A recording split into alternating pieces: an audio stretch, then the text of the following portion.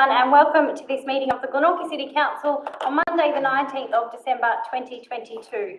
I'm Beck Thomas, Mayor of Glenorchy and Chairperson of tonight's council meeting. I'd like to start with an acknowledgement of country. The City of Glenorchy acknowledges the Palawa people, who are the original and current inhabitants, the traditional owners and custodians of this land. We recognise and cherish and value the continuing Aboriginal knowledge and cultural practice and what it can teach us about history, culture, the environment and the arts. We acknowledge and respect the contemporary Tasmanian Aboriginal people who continue and must be supported to maintain their Indigenous rights, identity and their ancient and irreplaceable culture. I'd like to invite the Reverend Lee Weasel from Montrose and at the moment Claremont Anglican Church to please join me at the front here. Please be upstanding if you would for prayer. Thank you, Reverend. Good evening, my name is Lee. I'm replacing Kay Pace because this week is the 30th anniversary of the ordination of women. It was long overdue 30 years ago too, I know, but they're out celebrating tonight. So I hope you can put up with me. I'd like to thank the Mayor for this opportunity. Let us pray. Heavenly Father, we thank you that we can meet here in this place. We thank you that you are a God of love. We thank you that you never leave us nor forsake us, that you have made us in your image. Help us as we cross paths with people on different journeys to see the God inside each of us, that we recognise dignity and infinite worth. We thank you for calling us to be in this place this evening. Heavenly Father, tonight especially I give you thanks for these servants around this table, our Mayor, our Deputy, the councillors, the City Manager and all the City staff. I give you thanks that they have chosen to take up this challenge, to journey with us as a city, to help build our lives in better ways, to help strengthen connections. Father, we are mindful there are people who are less fortunate than us in our city region. Help us to find ways to help the vulnerable, to protect the weak, and strengthen those in need. We pray that this city of Glenorchy would continue to flourish. And we pray that you'd bless each of the servants here tonight, that they may enjoy a time of rest and recuperation across Christmas, but also come back with much more vigour as they take on the challenges this world sets before them. We thank you again for this council. We thank you for our wonderful city. And as we close, let us say together the Lord's Prayer. Our Father, who art in heaven, hallowed be thy name. Thy kingdom come, thy will be done on earth as it is in heaven. Give us this day our daily bread, and forgive us our trespasses, as we forgive those who trespass against us. And lead us not into temptation, but deliver us from evil. For thine is the kingdom, the power, and the glory, forever and ever. Amen. Thank you.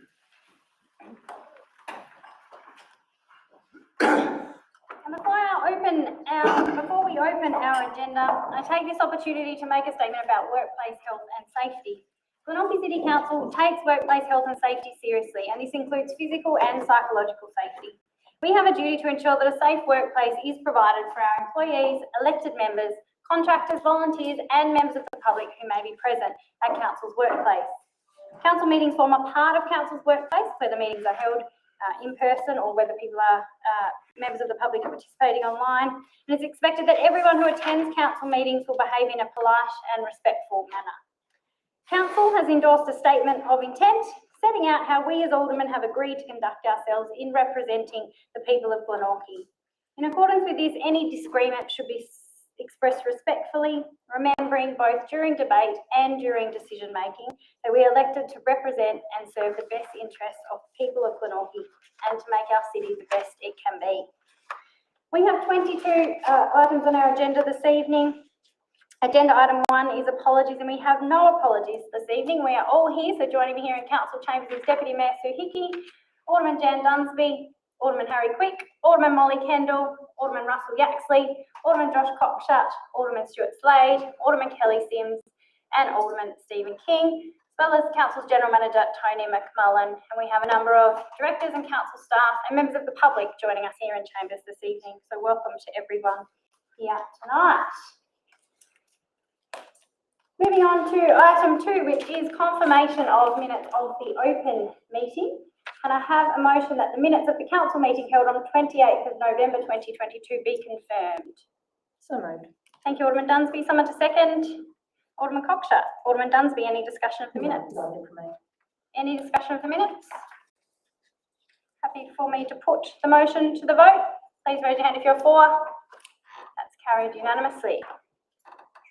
Item 3 is announcements by the chair. There are none this evening. Item 4, pecuniary interest notification. Do any elected members or staff have any pecuniary interest to declare this evening?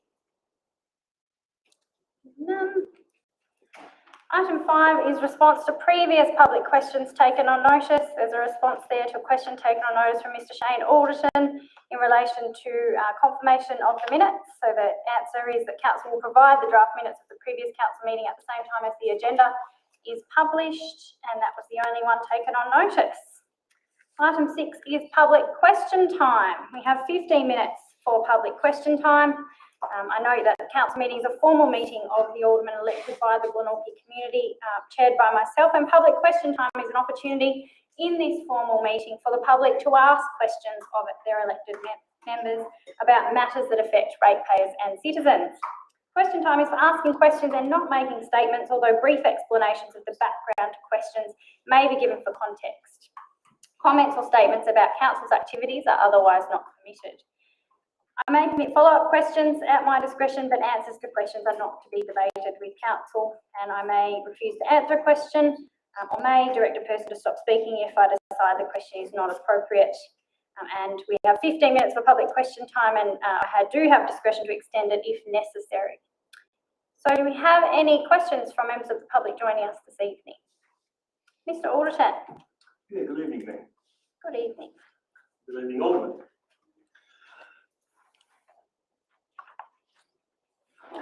Shane Alderman, 296 Main Road, Austin's Ferry. I have a question, possibly two tonight, Mayor, in relation to a item in closed council, which is item 21, Football Tasmania's land disposal request. Now, as we all well know in the community, Football Tasmania has a lot of involvement with a large number of land sites in the Glenorchy municipality, KG5 being one, Abbotsford Park being two, and there's a lot of other little minor sites. I understand that this item's in closed council and you can't divulge a great deal, but I was just surprised there was no mention of where this parcel of land Football Tasmania is requesting to dispose of is located. So my question tonight is, are you able to share for us in the room and those watching on Facebook a bit more information in regards to this item without breaching closed council rules and regulations? I.e., my first question would be, are you able to tell the community where this proposed parcel of land is that may possibly be discussed tonight in regards to Football Tasmania requesting to dispose of it? Thank you, Mr. Alderton. Am I able to share that, General Manager? There's no issue with sharing the location. Thank you, General Manager. So, Mr. Alderton, we have received a request from Football Tasmania for Council to consider disposing by way of long-term lease the parcel of land or part of the land at KG5 Football Park, and so Council is considering that request tonight as to whether to initiate the process to investigate the disposal of that land. Right. So just one follow-up question in regard to that, and I know it's a very grey area here and you can't answer, but is there the potential after tonight's discussion, depending on what outcome you decide on, that this may come back to open council for further consultation, possibly even community consultation? Yes, absolutely, depending on the outcome tonight. Okay, thank you. No further questions. I'll go easy on this. Thank you, Mr. Alderton. That's a lovely Christmas present from you. Going easy on us. Mr. Steenbergen. My name's Eddie Steenberg and I live in Maryshope Road, Rosetta. Just going down a level here. I'm interested in bus stops and bus shelters. And over the years, there's been an extremely grey area about the maintenance of those bus stops. Now, the most recent communication I had with the Department of State Roads is that Glenorchy actually owns what's at the bus stops, the bus shelters, etc. And I'm trying to understand what owns means. Does council have any responsibility for maintaining bus stop infrastructure? Is the first basic question. Thank you for the question, Mr. Steenbergen. The issue of bus stop infrastructure ownership is an ongoing, long-running, somewhat contentious discussion between councils, local government and the state government. And it, at this point in time, still does appear to be unresolved. The state government's view is that councils own bus stop infrastructure on council land and council-owned roads, and the state government owns that on state government-owned roads and land. So that is the state government's view, whereas councils aren't certainly necessarily in agreement with that. We don't, at this point, have bus stop infrastructure on our asset register. So that, I guess, answers the question. Would you like to add anything, General Manager? That pretty much covers it, Mayor. The other comment I would make, though, is that there is a looming deadline in relation to disability access for in relation to bus stops. A requirement for bus stops to be upgraded to meet access standards, and the Department of State Growth has made available a multi-million-dollar grant funding available for that purpose, and certainly councils have indicated that we would want that to in no way acceptance of any of those monies to in no way suggest that councils own or have maintenance responsibility for bus stops. We have in excess of 400 bus stops in the city. We've certainly done our numbers around some of these things, but the way I see it working is that there will need to be a negotiation, and there have been multiple negotiations with the state government over probably more than a decade at least around these issues, both access for people with disabilities and also maintenance generally. And it is fair to say that we're at a bit of an impasse at the moment, but pleased to say that the Department of State Growth has made available this funding program, which will enable councils across the state to access money to upgrade bus stops to accessible standard over a period of time. At some point. Okay. In that case, I'll skip the next two questions, move on. I notice in the agenda there's an item to set aside $1 billion to upgrade Benjafield, and that sort of brought my mind back to other place-based projects, and the one that leapt to mind was the Gilbert Reserve. And the tender went out early this year, February, March, but we've heard nothing since. So can you update me on that tender and that project, please? Certainly, Mr. Steenbergen. I think there has been an update put on council's website between now and then to advise that council has proceeded with a number of smaller tenders and will be undertaking some of the works on that particular place base ourselves. So that project is expected to commence early in 2023. Okay. Thank you. My next question is about another agenda item 11, about meeting times. I can vividly recall the last council debate on the subject, and I'd just like to clarify what exactly the proposal is that's being discussed tonight. So I have just a couple of questions. Does the proposal mean that if council and planning authority meetings start earlier, that there will be fewer workshops for aldermen? No, Mr. Steenbergen, we currently at this, or for the last 6 months at least, I think, we have routinely had 2 workshops per month. So we have had a council meeting once a month, planning authority meeting once a month, and on the other 2 Mondays, or on the occasions where there are 5 Mondays in the month, 2 or 3 workshops. So we expect that would continue. There'll be no effect on the number of workshops.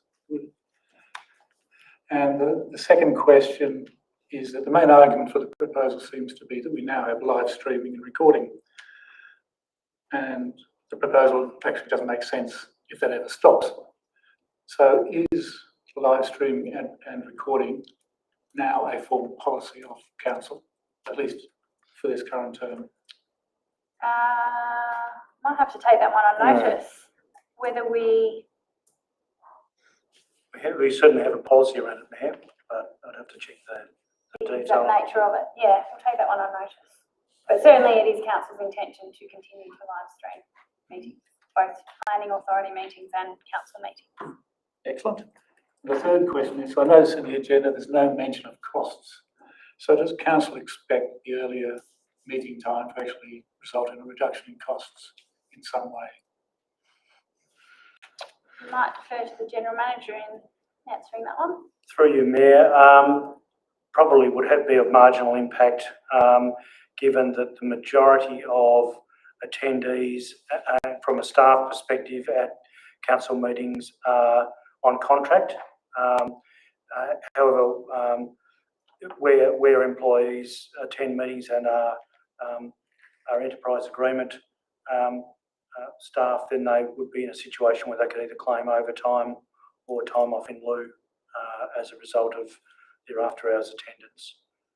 But generally, and we do have some of those employees here tonight, but generally the majority of attendees from a staff point of view are at director or manager level, and therefore subject to contracts. So the answer is don't no. provide for that. It's the cost. Minimal. What I said at the start, yeah, minimal impact from that perspective. Okay. Thank you. And finally, at the last council meeting, the general manager was kind enough to explain to me a little bit about Upper Hilton Road and Hilton Hill and that general area, and a little about the workshop that the council has attended. Now, I understand that workshop was a structure planning workshop, that's correct? Which would ultimately produce a structure plan. That's a question mark. And working on that assumption, will that structure plan actually be put out to public consultation at some point when it's finalised? Through you, Mayor, I may need to defer to the Director of Infrastructure and Works around the detail, but certainly, ultimately, essentially what we would need to do is to go through a process of ultimately changing our planning scheme rules, and which will inevitably involve a public consultation process.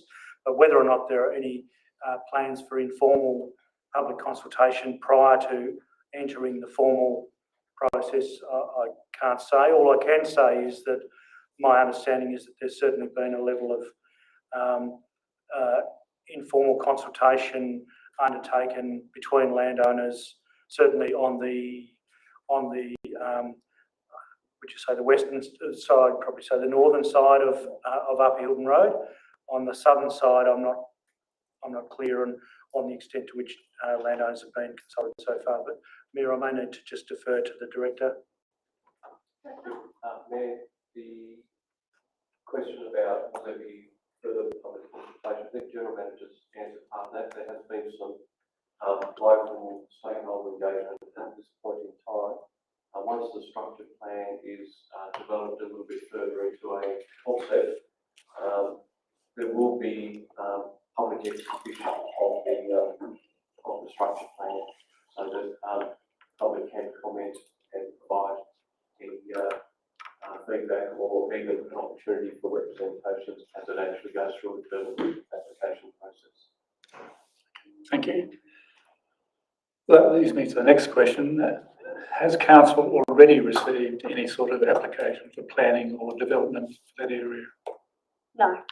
Okay. Thank you very much. I'm finished. Thank you, Mr. Steenbergen. No further questions from members of the public this evening? Item 7, petitions or deputations for requests to address the council meeting. Are there any, General Manager? None. No. Item 8, activities of the Mayor. We have a recommendation that council receives a report about the activities of myself during the period Monday 21st November to Sunday 11th of December 2022. Can I have someone move that as a motion, please? moved Alderman King, someone to second, Alderman Kendall, Alderman King. Busy as usual, it seems, Mayor. Happily able to take a couple of those spots for you that you can attend. Yeah, Thank you. my lips are still burning from the Sri Lankan Christmas party curry, but nevertheless, I understand Collinsville had a pretty good turnout for their carols, their first up big carols event. I Yeah. know the numbers up there roughly. Yes, look, at early, well, probably an hour into the night, they were looking at 500 people had come through the gates. So a really good turnout That's for the very incredible. first event and for something that was organised with, I think, about 6 weeks of planning. So a very, very strong sense of community and very well done by the organisers to pull that together with support of Carol's, Council's Carol's grants program. Considering we got about 1,200 last year to our own carols, it's a pretty good effort by the community, so well done to them. Thank you. Anything further on this item? No? Nothing to close debate, Alderman King? No? I'll put the motion to the vote. Please raise your hand if you're for. Carried unanimously.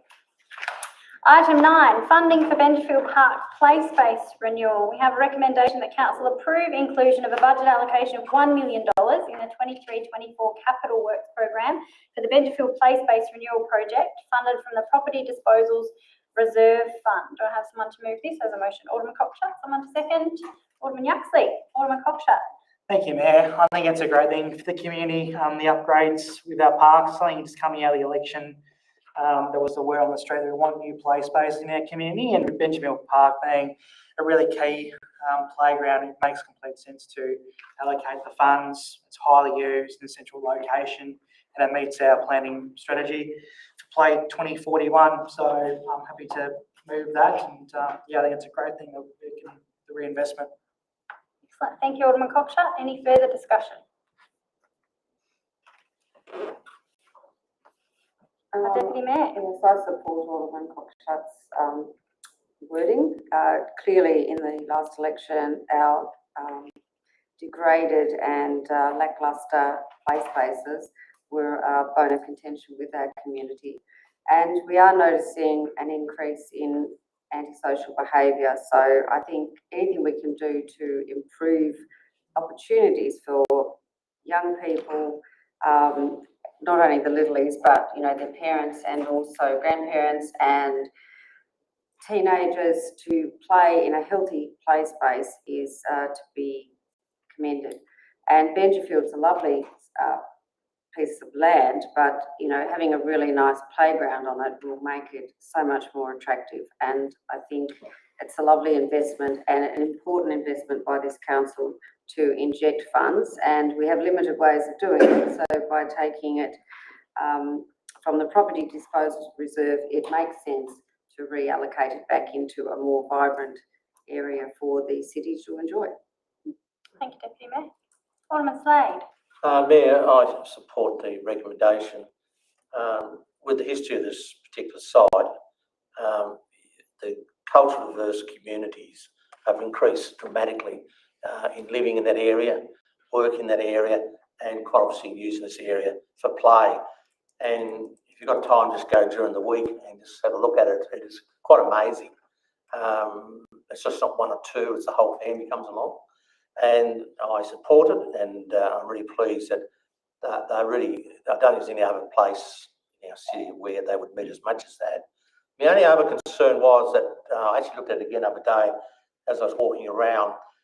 There is parking, but the parking needs a little bit of I suppose, fine tuning, because everybody wants to go near the toilets, there in Hopkins Street, and consequently, there's plenty of room around the corner if you go around, into the other side. So probably what I'm just saying is that with this usage and increased people coming along, certainly needs some direction to steer people where else to park. So, and I didn't pick that up in the report anywhere about extra, but if the parking's there, it's just all about the logistics of it. That's all.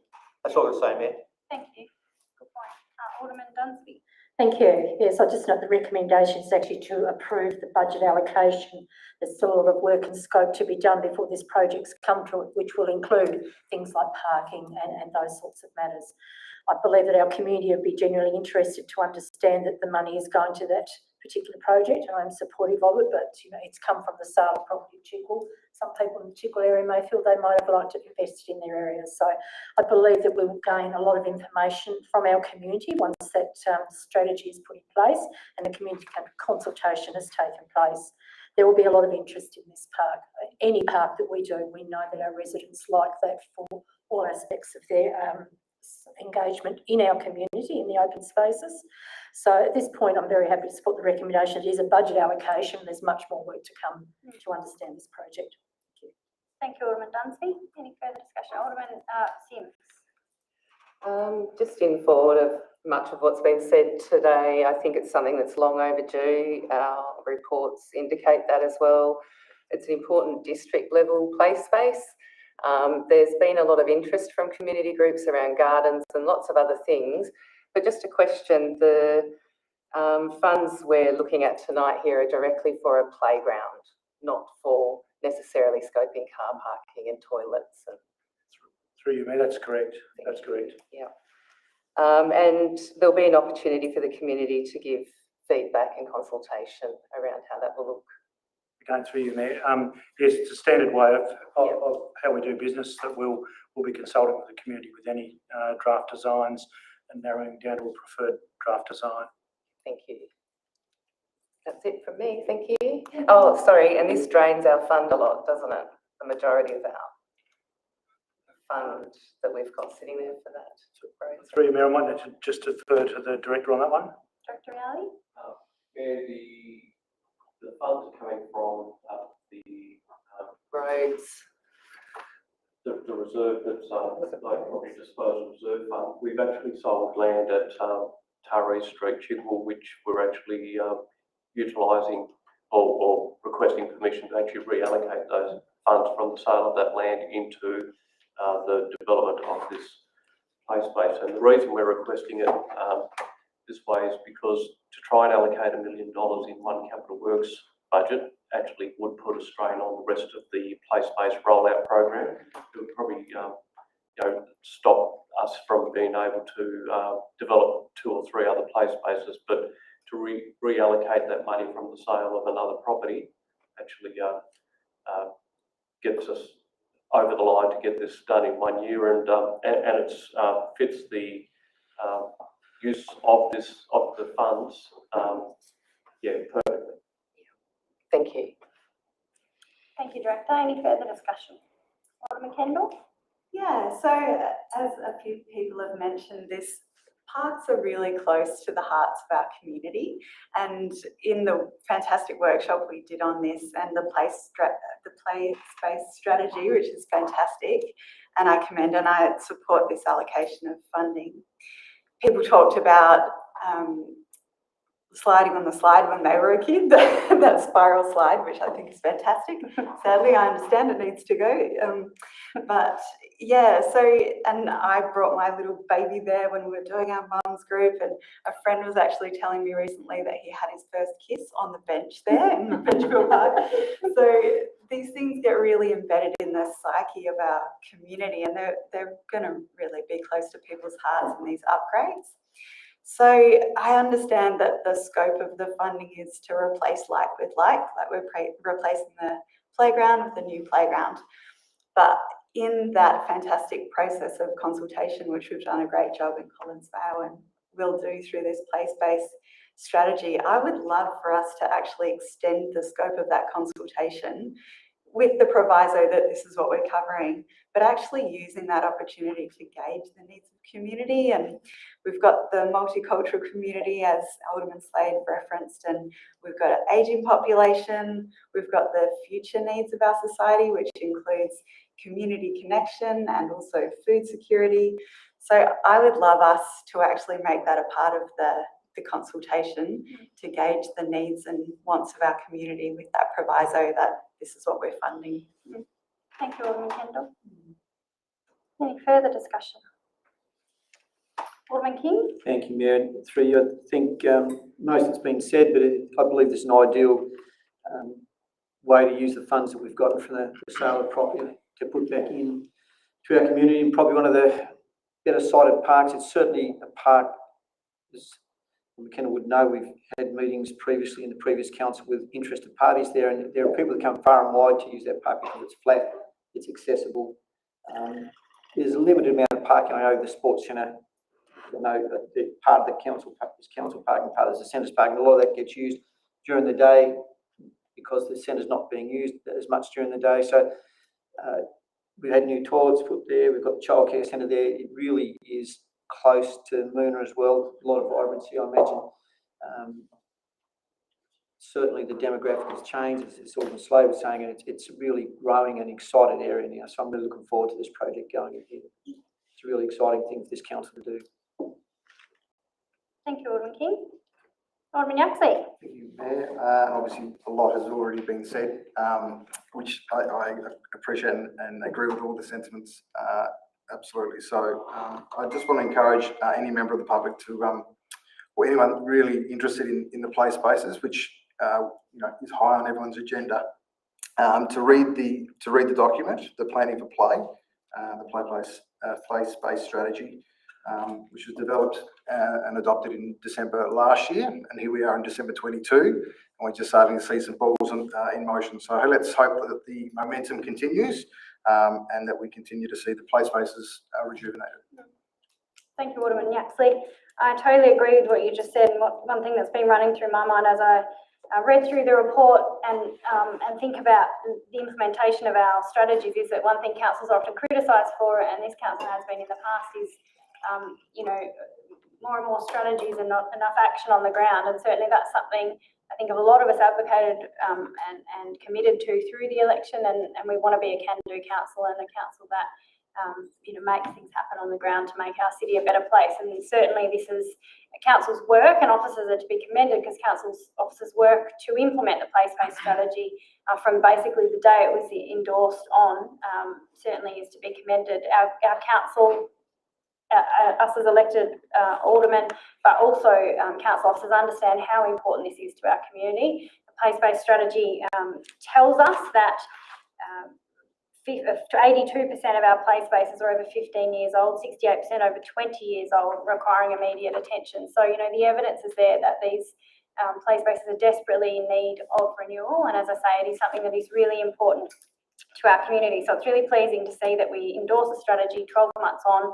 We have already made improvements 12 months on to Montrose, foreshore play space, to the Barry Street Reserve play space. We are far progressed with the plans to upgrade and renew the play space at Collinsvale. We've also far progressed with plans for Carnduff Reserve and Booth Avenue as well. So council is already undertaking works across our municipality, a number of different playgrounds, and this will be, together with the Giblin Reserve play space, that will be a regional level play space commencing in January next year, and then another big project to plan through this particular play space at Benchfield in Moona. We really are showing to our community that we hear the need for this, and we are committed to getting it done. Together with this investment of $1 million, together with the federal government's commitment of $1.5 million, again shows really good collaboration with federal government and local government to improve our infrastructure for our community in relation to play spaces. So I welcome that as an addition to our program as well. We noted at our last meeting in November that we had disposed of a significant parcel of land at Taree Street in Chickle, and that we'd obtained around $1.2 million through that sale. Again, really pleasing that we're not just going to see that money sitting in the bank. Our community deserves for us to be using that for good as soon as possible, and that's what, if we support this motion tonight, which I am really hopeful we will, our community will see that we're getting on with it. We're not just going to sit that money in the bank, we're actually seeing it benefit them on the ground. So it's a win-win that land was disposed of to increase the housing stock, and then we can invest the proceeds in making our community a better place. And we have, as Alderman King said, new toilets at Bendifield, and we have a really diverse, as Alderman Slater said, community around Moona. And we had the community yarn at Moona, and we heard from really passionate community members there about how important Benjafield Park is to them as an asset. So I hear Alderman Kendall's comments about opportunity to broaden that consultation. I think at the time we certainly did commit to going back to that group and talking to them about their plans for the park more broadly than just the play space. So I do hope that we can continue those conversations as part of this broader project. I do hope that we can include play equipment for all ages. I think that's really important, where we are using proceeds of sale of land reserve for these sorts of projects. They really need to benefit the whole community, and everyone broadly benefits from play spaces, but we need to be providing opportunities for all levels of all ages, all demographics to be able to be active in these play spaces. So I'm really hopeful we can build that into the design as well, and I'm sure our community members will be advocating for that as well.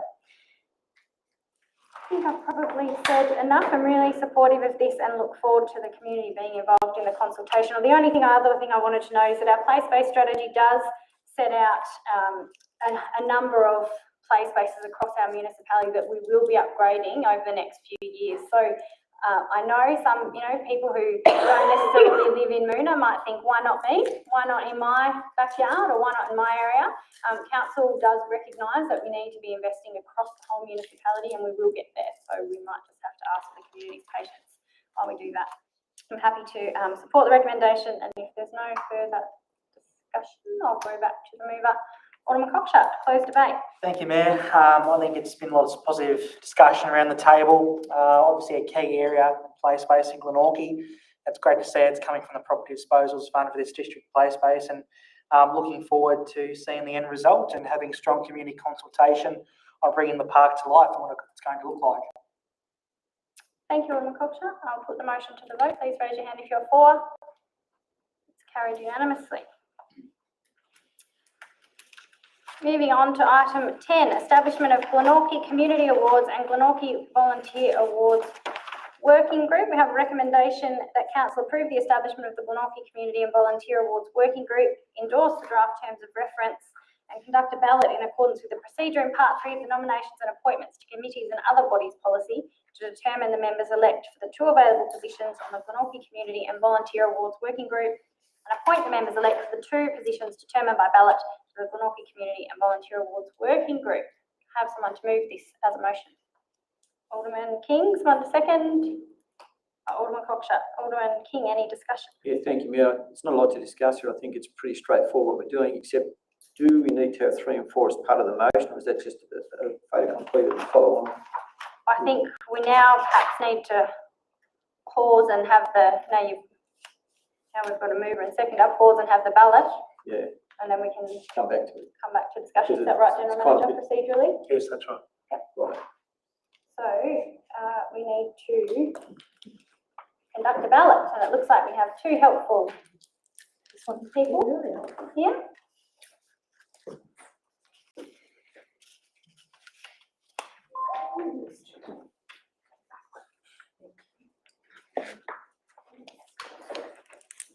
Is that the Molly jar Andrew we've emptied out? Or? No, don't. Thank you.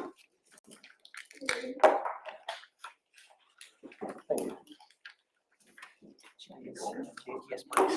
Thanks. We number them? Or 1, 2, 3.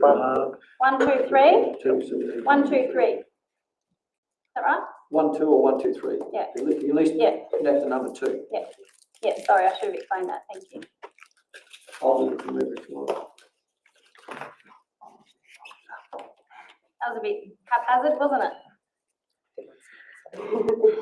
If you expect the Sanders to get Christmas presents through your front door, that's the way to put things in the jar. Push it uphill.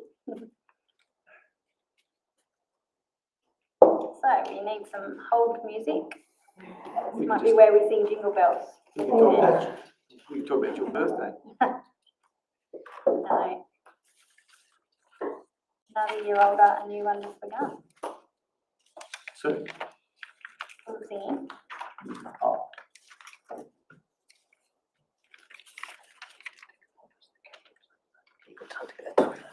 Rush.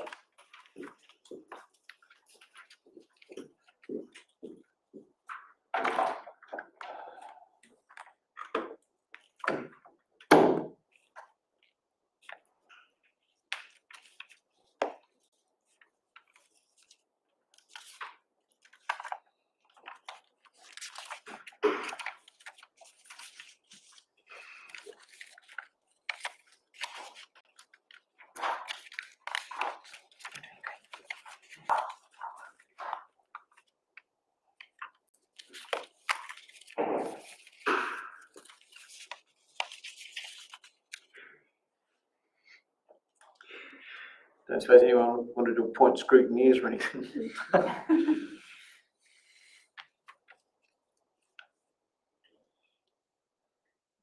it under control. I'm sure. I think we can see if they're altering anything, Stony.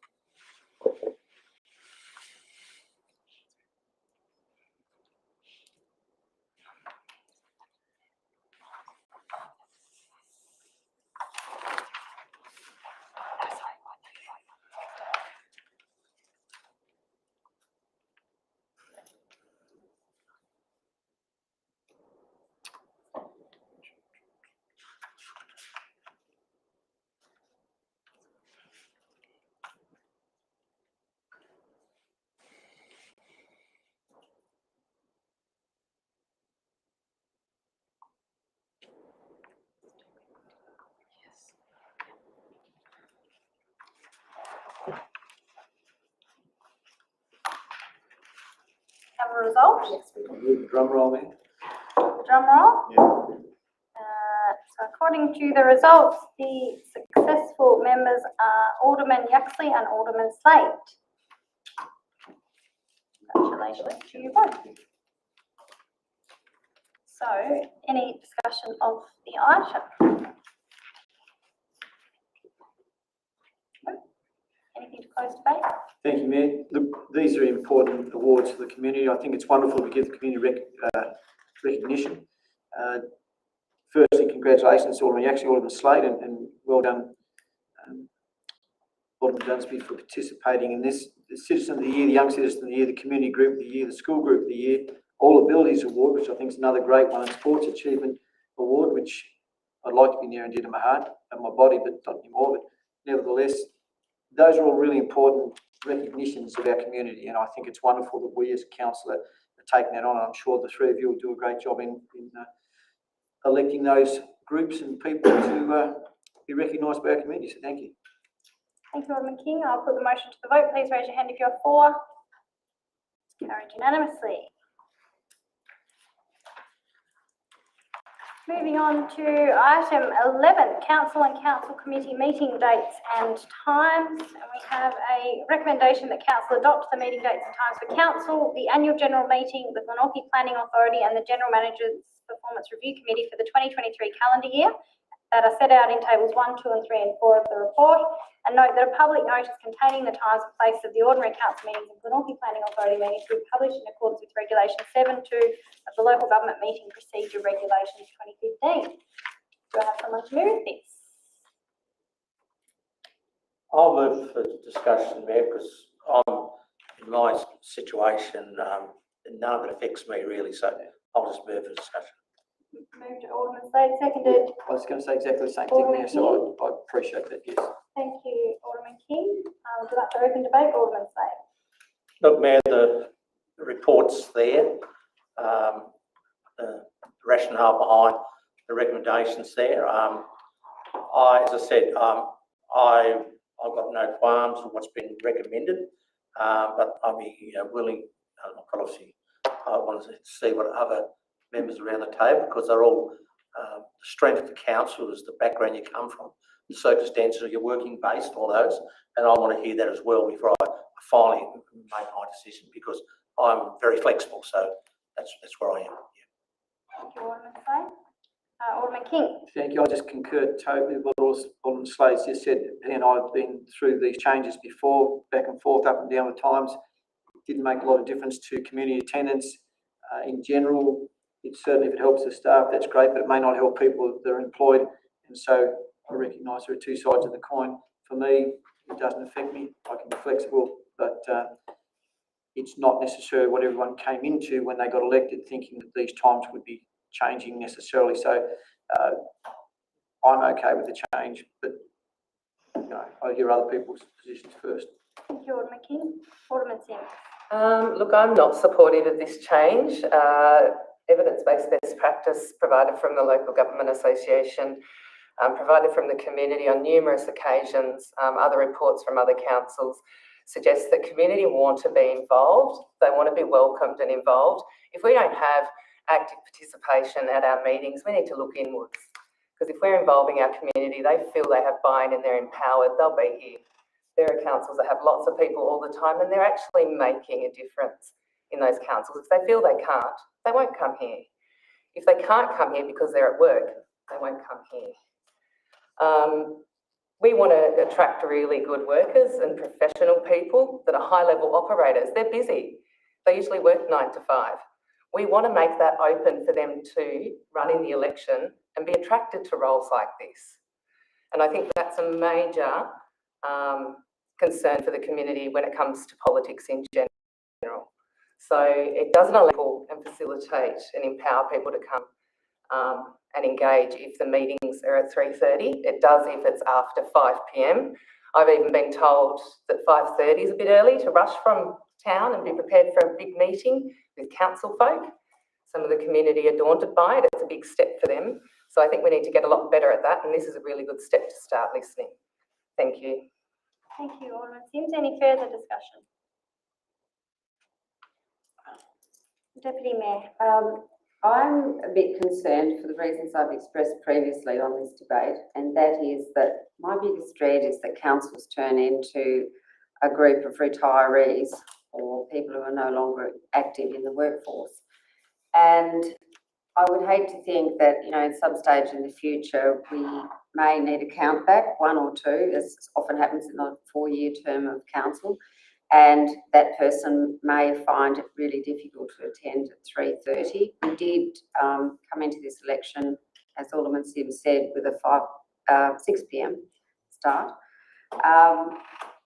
So they're my greatest concerns. I, like many of the aldermen who've spoken earlier, am flexible, and I do understand a lot of employers are allowing greater flexibility so that you can make up your time by, your shifts. But I think if we were to have, I'm trying to think of an example, someone who works as a dental clerk or assistant or something to that effect, or has a job that will not allow them to come. That's the greatest fear in local government, is stopping really capable people from joining us and adding to the community debate. So I'm certainly not personally fussed by 3:30, but for the view, I really would like to hear from those around the table who have jobs that will be impacted by this if it got changed. And I'll flag that if anyone is to be impacted, I will vote against it. Thank you, Deputy Mayor. Any further discussion? Alderman Cochrane. I feel like my workplace is quite flexible as someone who works full-time Monday to Friday. From a personal point of view, maybe a 4:30 might be a bit more convenient, but we are flexible. I understand the concerns people have raised around the table, but the report does detail a lot of other councils who have their meetings at different various stages throughout the day. So I guess it's kind of what we would have come together what fits everyone around the table to make sure we get as much participation as possible and work as a team collaboratively to achieve the community. But that's my only personal concern. 3:30 could do, but would probably before 4:30, but happy to go around the table. Thank you, Alderman Cockshott. Yeah, through you, Mayor. Obviously, I work full-time as well, and my role is certainly flexible, so I'm able to have and work my own diary, so that gives me flexibility in terms of my role. I ran knowing that there would be time that I would have to be flexible with, and there would be times where I'm during the day unavailable at night. Not, Monday nights I don't get to see my boy play cricket. So it's, do I now say, well, I want to change the day because I don't get to see him play cricket? No, because I knew the responsibility and I knew the impact when I elected that would be part of the role, and we are remunerated for that as well. So for me, again, I can be flexible, and as long as I know that there's a date, I can manage my appointments around it. And I think on a whole, I think we will still attract. I'm certainly not a retiree, not yet. One day, but I would hope that other employers would, when you go into that, you have that discussion with your employer that you'd be able to make those adjustments. So again, it comes down to 4:30, 3:30, 6, 7:30, 1 o'clock in the afternoon. As long as I think this group, and hopefully this group will survive the 4 years, that it's really a time for us, really, rather than looking outside. It's not us as a community. Thank you. We're saying a lot about ourselves, but nothing about the community. Order. It's Alderman Yaxley has the floor. Sure. Thank you, Alderman Yaxley. Please continue. So, if you'd let me finish, that the community, as you can notice in the report, has reduced in terms of people coming to this, and I think Facebook Live, all those things, according to the numbers of the report, that's actually the truth. So certainly there's opportunities for people to have questions brought to council. There's on record, off record, with the right amount of notice and things. So I think there's certainly an options for council, for the community to be involved, and the people that want to be involved get involved. Thank you. Thank you, Alderman Yaxley. I too will speak to the motion. Obviously, it is a rather contentious topic. Meeting dates, days, and times, and we have had in the past, as Mr. Steenbergen referred to earlier, a long debate on this about planning authority meeting times previously. 3:30 for meeting times does bring us into line with the times that we have workshops, and that's been working for this council so far. 3:30 workshops, we've had almost full participation at every single one of those workshops so far at 3:30, and I think having that consistency for our workshops and our meetings means that we know every Monday 3:30 we're here together as a council, and that's consistent. We've had meetings that start at 6 o'clock that have gone through till 10, 11 o'clock at night. In my view, that doesn't provide for good governance, in that it can be really have an impact on brain functioning, cognitive functioning, and decision-making, therefore decision-making. If you've had a full day at work from 9 till 5, and then you're coming here from 5 and preparing for the meeting, 6 o'clock start, and here till 10 o'clock at night, your brain is not necessarily going to be functioning and at a capacity where you are firing on all cylinders to best serve the community that you are representing. And same goes for our council officers who have been here since 8:15 in the morning usually, and then are required to front up at 8:15 the following morning. Which again, also if you are working full-time, you're here till 10, 11 o'clock at night, doesn't provide for good functioning for you to go to work at 9 o'clock the next morning. It's just basic human, needs is to have that time to enable the brain to function effectively. So I'm supportive of bringing the time forward to 3:30 for those reasons. The community absolutely still has full capacity and more capacity than ever to engage with us as a council. We are doing a review of our community engagement practices right now through to the next few months of the new year, and we are seeking community's feedback on how they participate in a whole range of different activities and a whole range of different ways. with this council. Council meetings are one way of the community engaging. There's a whole lot, another range of ways that we involve the community in perhaps more accessible ways, noting that can be daunting for community members necessarily to come to meetings. Meetings are not the only opportunity these days that people have to engage with their elected members. So I'm fully supportive of the recommendations that set out and implore my fellow aldermen to support it as well. Any further discussion? I'll go back to the mover, who was Alderman Slade.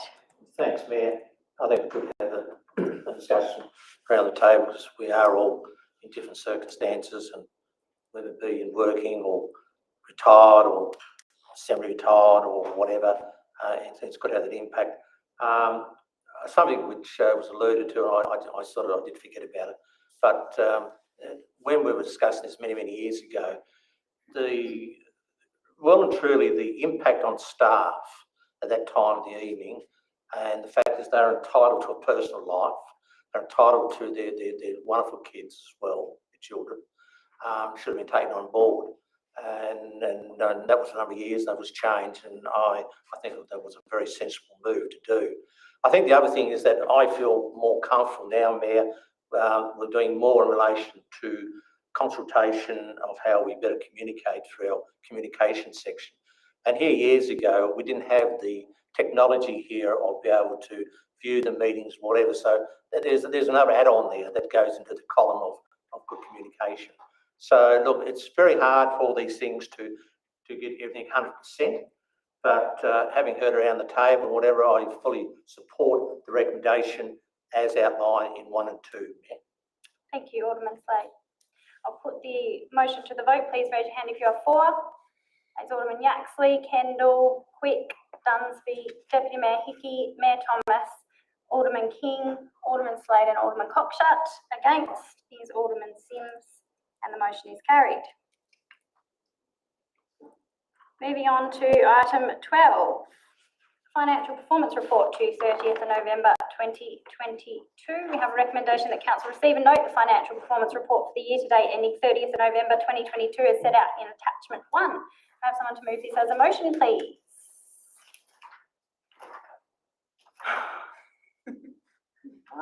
Alderman Dunsby, thank you. Someone to second.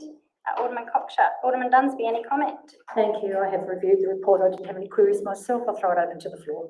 Thank you, Alderman Dunsby. Any further discussion? Nothing? No? Nothing to close debate. Then Alderman Dunsby, I assume, happy to put it to the vote. Please raise your hand if you're for. That's carried unanimously. Item 13, Procurement and Legal Monthly Report. A recommendation that Council receive and note the Procurement and Legal Monthly Report for the period from 16th of November to 9th of December 2022. Any takers to move this motion? Deputy Mayor, thank you. Someone to second. Alderman King. Deputy Mayor, any discussion? Yes, this is an easy one to recommend to the council. It's very well explained, and I don't think there's anything more to say. Quite simple. Trivial amounts, really, considering what we spend in a year on other issues. Thank you, Deputy Mayor. Any discussion? I'll put the motion to the vote. Please raise your hand if you're for. That's carried unanimously. Moving on to item 14, Local Roads and Community Infrastructure Grants Program Update and Variations. We have a 3 recommendations before us there that we receive and note the status report on phase 3 of the Local Roads and Community Infrastructure Grants Program and approve the reallocation of funding for the nominated projects within the grant funding of 1.157806 million as approved by the Federal Government for Glenorchy City Council, with the 1, 2, 3, 4, 5 projects noted there, and authorise the General Manager to take the necessary steps to execute the grant approval variation documents. Do we have someone to move this as a motion? Deputy Mayor, someone to second? Alderman Cockshut. Deputy Mayor. Again, this is another sensible motion. I commend the Director for putting this forward. It's absolutely imperative that we get this Montrose skate park off our books. Same goes for Bencherfield and Berrydale childcare playground replacements. That's critical when we had the report on how bad they were. The Glenorchy Mountain Bike Park Trail renewal, I think that's important, given the lobbying that we received during the last campaign. And the Abbotsfield Sports Ground fencing replacement, that's critical too, and especially the audio-visual system replacement at KG5. Having been there recently, it's a very not fit for purpose system. So I fully recommend these and agree with the report. Thank you, Deputy Mayor. Any further discussion?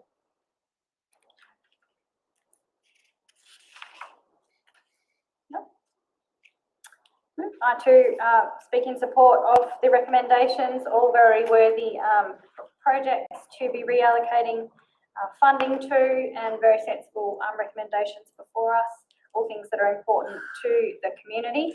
I think it's really important also that we do write to our local members, informing them how our federal funds are spent from this program and showing our appreciation. So I'll be suggesting that we do that as well once the projects are completed. Happy to support the recommendation. Anything to close debate? Deputy Mayor. No, I think it's a very worthwhile reallocation of funding.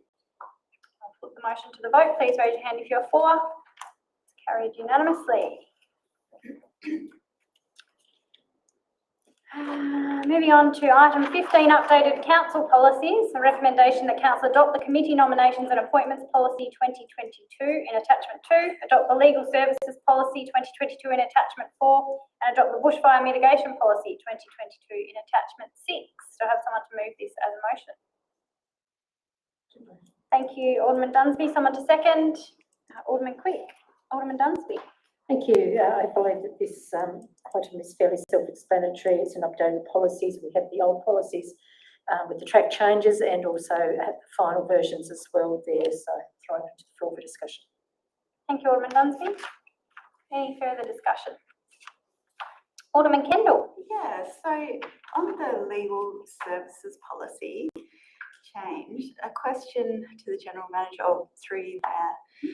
The removal of the monthly public reporting, or the monthly reporting of external expenditure for legal services. Can you explain, for the benefit of people watching, why that monthly reporting was included in the ministerial directions and why it's no longer deemed to be required? Thank you, Alderman Kendall. General Manager. Through you, Mayor. So as a result of the Board of Inquiry process, there was a focus on the amount of legal expenditure at that time. Since that time, we've seen a reduction in the amount of conflict that has been involving council. We've also seen less of a focus on briefing matters out to external counsel. So we have an in-house legal counsel who does a lot of that work now. And we've also seen, probably best to say it, a much improved clear-up rate, or even conflict avoidance rate, I guess you'd say. So the decision-making that's coming out and the resolution of disputes is being handled much more effectively, and as a result, we don't have disputes hanging around as long, and that means less spending on dispute resolution through the legal process. So it's a combination of factors, but it's obvious that on the public record over the past 2 or 3 years or more, that generally there have been very small amounts of legal services expenditure reported to council, and the proposal in this amendment to the policy is simply to still report if we see a legal expenditure coming up over 25,000, then we would report it to council. But in the overall scheme of things, $60 million budget, I think it was a particular response to issues that were occurring at the time, which we now passed, and there's still a provision in the amended policy that will ensure that if legal expenditure gets up over a particular threshold, then it will still be required to be reported to council for oversight. Thank you, General Manager. Anything further, Alderman Kendall? Oh yeah, I also had a question about the fire management policy. This is purely out of curiosity. Have the council ever considered engaging Aboriginal land management in the scope of their bushfire management? Possibly this is to Director Riali? Yeah. Thank you, Alderman Kendall. Director Riali? Mayor, the simple answer is yes, it has been considered, and we've actually engaged with some operators that can conduct those sort of burns through our bushfire mitigation officers networks. There's been some discussion taking place about the possibility of using that practice on Wutana woodlands. There's a few issues to work through, so it's not quite straightforward, but we are working and engaging with the community, so that probably will take place in the near future. Good. Thank you, Director Riali. Anything further, Alderman Kendall? Nothing further? No. Any further discussion? No. I will go back to the mover, Alderman Dunsby. Nothing further, thank you. Put the motion to the vote. Please raise your hand if you're for. That's carried unanimously. Moving on to item 16, notice of motion, questions without notice. Are there any questions without notice this evening? Alderman Slade. Yeah, I've got one. I was waiting to see how prayers went tonight. I just think that if we want to show kindness and we want to be a caring community, I just think there's been two major events that's occurred in the last week that nobody could escape, whether you heard it on news and paper. That is, of course, one is acknowledging the 12 months, and that is a local thing close to Tasmania, of the Hillcrest event. And I just think it'd be good as a council that we just acknowledge again the heartache of those people's families, what they're going through in relation to their loss. And the second one, of course, is that the slaying of two police officers and a private individual in Queensland. You may think, some aldermen, that's not necessary to say, but I just think if you're a caring council, you do acknowledge that. They all represent, and I looked at them all on TV, and there's a really tight community. I normally don't do these things like this, but I thought it may have come out in prayers. But I just think if we could just note, I'd just like to note that we feel and we'd like to give support, in the normal way we would to the victims' families and associates and friends. Thank you, Alderman Slade. So perhaps if I And pose communities. that as a question that we make sure we can acknowledge events That's of right. significance, have a process for doing that Yeah. at the start of our council meetings. Yeah, and it happened before, Mayor, when we used to have a lot of really senior people in our community died, and not every alderman used to know about them, and the general manager might know that, and that's like one mayor died and nobody knew about it, so that was a bit embarrassing. So the same as, again, some community events that happen, I just think if they don't, I think it's good if we just have that couple of minutes just to mention that, that's what it is. Thank you. Certainly, Thank you. we'll take that on board. Thank you, Alderman Slade. Any other questions without notice? No. Well, that brings us to the end of the open part of our meeting. Do I have someone to move that we go into closed? Alderman Slade seconded. Alderman King, please raise your hand if you're for. That's carried unanimously. So open council closed at 7:09 p.m. Thank you to members of the public, Mr. Steenbergen, Mr. Alderton, for joining us tonight and almost every last Monday of the month this year. Appreciate your commitment and interest in the activities of council, and please both have a very safe and happy Christmas. Thank you. Thank you, and thank you to members of the public who have joined us online this evening. Please do have a safe and happy festive season. Take care, and we look forward to you joining us online or in person here in council chambers again in 2023.